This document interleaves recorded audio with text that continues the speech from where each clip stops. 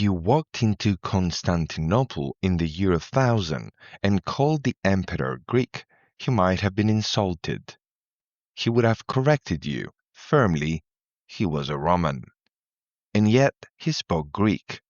He prayed in Greek. He read Homer and Plato in the original, while much of Western Europe had forgotten the Greek language entirely. So here is the puzzle. The Eastern Roman Empire was, by almost every measure, the most Greek civilization on earth for 1,000 years. So why did it insist to the very end that it was Rome?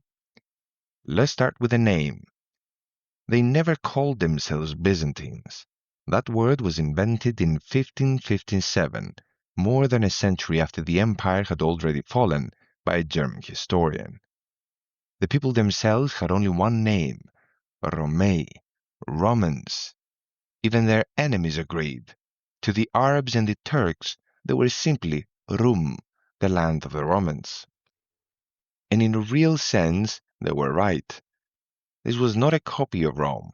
It was Rome, the same unbroken state, the same line of emperors stretching back to Augustus, the same Roman law that the Emperor Justinian gathered into a code that still shapes legal systems today. When Rome in the West fell in 476, the Roman Empire did not end. It simply carried on, ruling from its eastern capital, Constantinople, the new Rome. But the substance underneath was Greek. In the early centuries, the language of government was Latin. Slowly, Latin faded. By the 7th century, the Emperor Heraclius made Greek the empire's official language, and even dropped the old Latin titles, taking instead the Greek word for ruler, Vasilevs. The church was Greek too.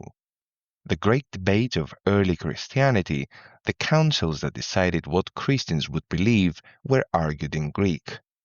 The faith we now call Greek Orthodoxy grew here, in the Greek-speaking East, drifting even further from the Latin Church of the West.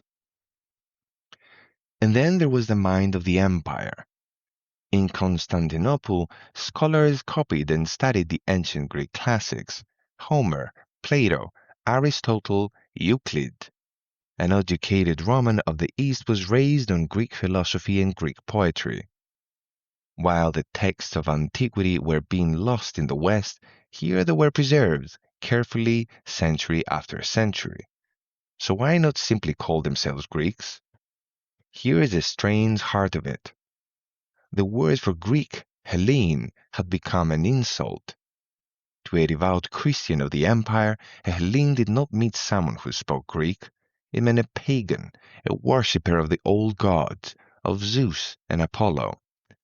To call yourself a Hellene was, in their ears, to renounce your faith. So the most Greek people on earth spent centuries refusing the word Greek. That only began to change at the very end, as the empire shrank, losing its lands until little remained but a Greek-speaking core around Constantinople. A few thinkers began to reach back. Philosophers like Gemistos Plethon dusted off the word Hellene and wore it with pride, reclaiming the ancient identity. It was, in a way, the first steering of a modern Greek nation.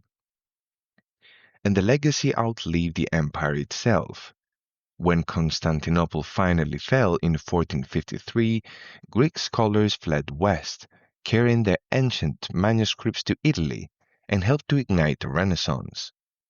The Greek wisdom the empire had guarded for 1,000 years was handed at the last moment to the world.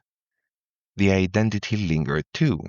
For centuries after the fall, Greek speakers still called themselves Romni, Romans, and their language Romaica. The memory of Rome outlived Rome by 500 years. So how Hellenic was the Eastern Roman Empire?